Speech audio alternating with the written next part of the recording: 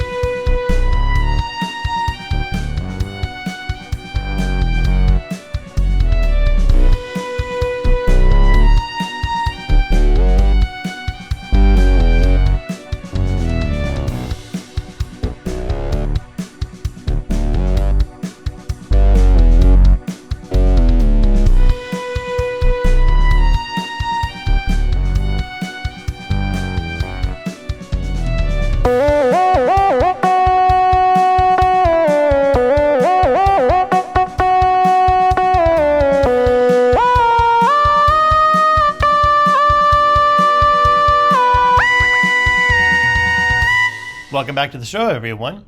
So today, we're going to look at how to code a hysterectomy. Now, before we start though, we're going to review what is a partial, total, and a total with removal of ovaries and fallopian tubes, as in there are several different types of hysterectomies that can be performed. So a partial hysterectomy, which is the top left image, removes just the uterus and the cervix is left intact.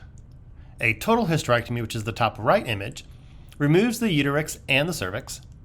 At the time of a total hysterectomy, your surgeon may also remove the ovaries and the fallopian tubes, which is shown in the bottom illustration. Now, we do have 6 different types of surgical approaches that can be performed during the hysterectomy. First, we have the abdominal approach, which is the uterus is removed via an incision in the lower abdomen. A cesarean approach, which means that the uterus is removed after cesarean delivery. A laparoscopic approach, in which the procedure is performed using a laparoscope inserted via several small incisions in the body. A lesion removal, which in this case is removal of a lesion dealing with the uterus. The vaginal approach, which is the uterus is removed via an incision in the vagina. And a laparoscopic assisted vaginal, which the scope is inserted via a small incision in the vagina itself. Now, first we're going to look at the coding for an abdominal hysterectomy. So beginning with the codes here, and notice though how we do have the first groups of codes are kind of grouped together.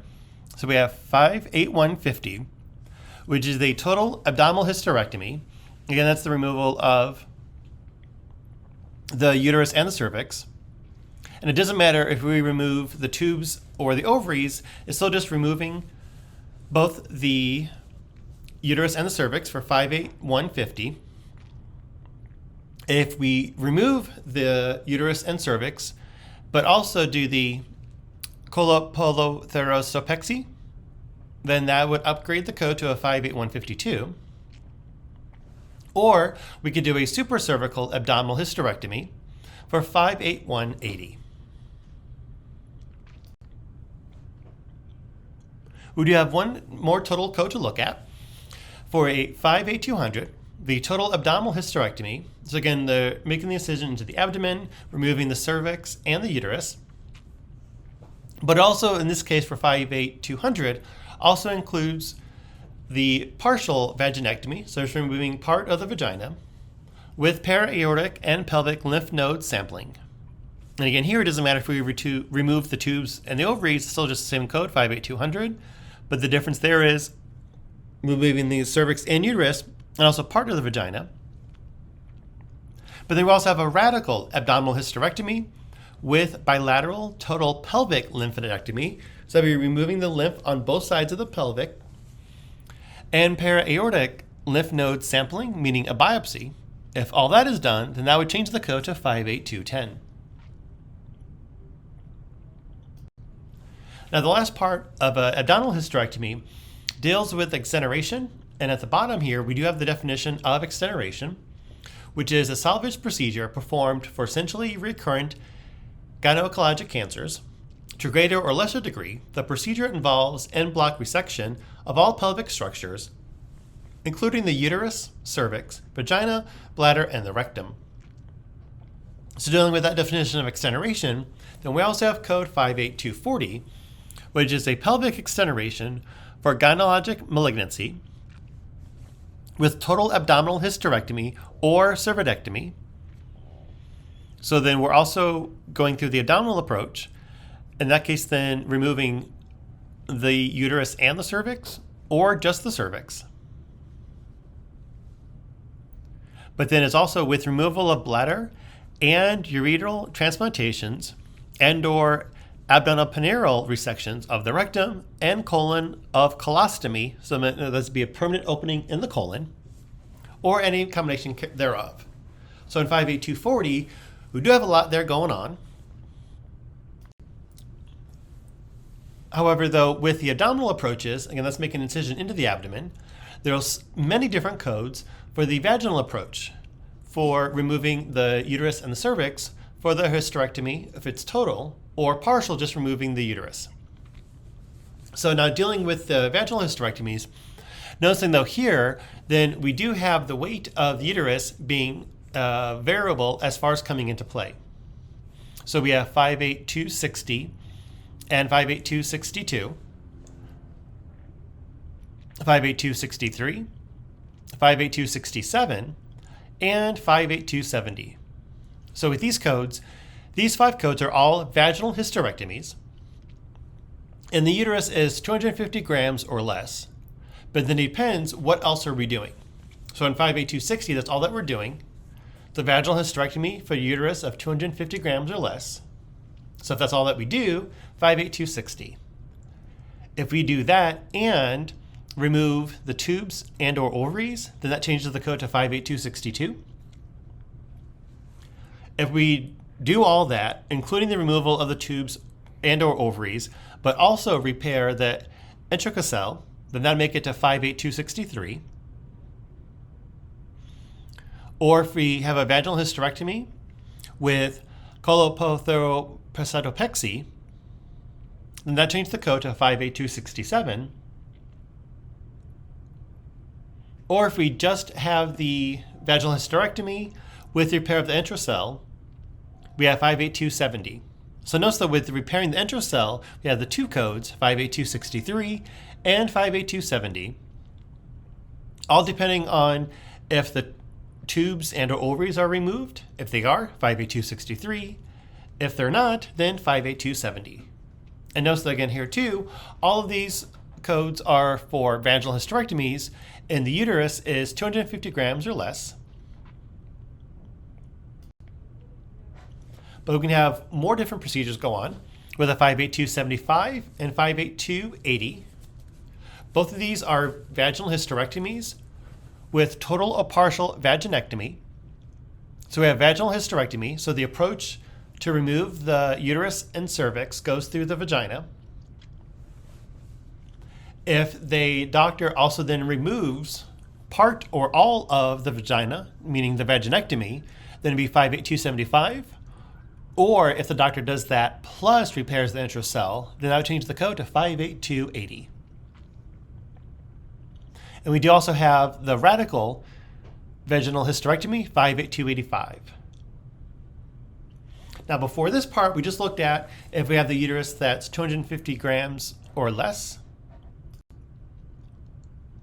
Now we have codes for the vaginal hysterectomy, but in this case though, the uterus is greater than 250 grams.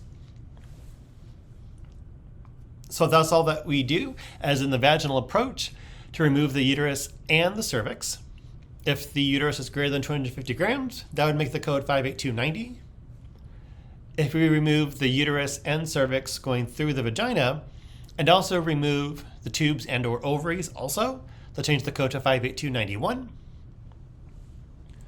Or if we are removing the tubes and or the ovaries, but also repairing the intracell, that would change the code to 58292.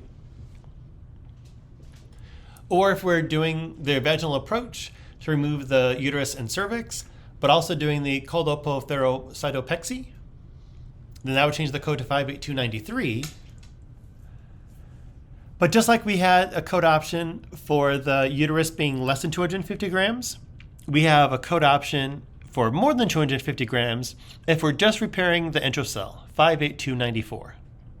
So again, so notice that we have two codes here for repairing the intracell on a uterus more than 250 grams.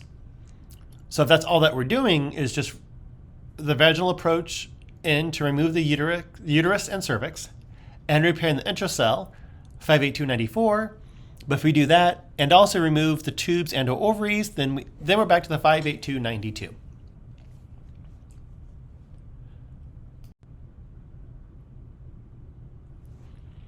Now we're going to look at the laparoscopic approach for performing the hysterectomies, again, the removal of the uterus and cervix. If the uterus that we're removing in that part is 250 grams or less, 58541. If it's laparoscopic approach, we're removing the uterus, but also removing the tubes and or ovaries, that's uterus is less than 250 grams, or I should say 250 grams or less, 58242.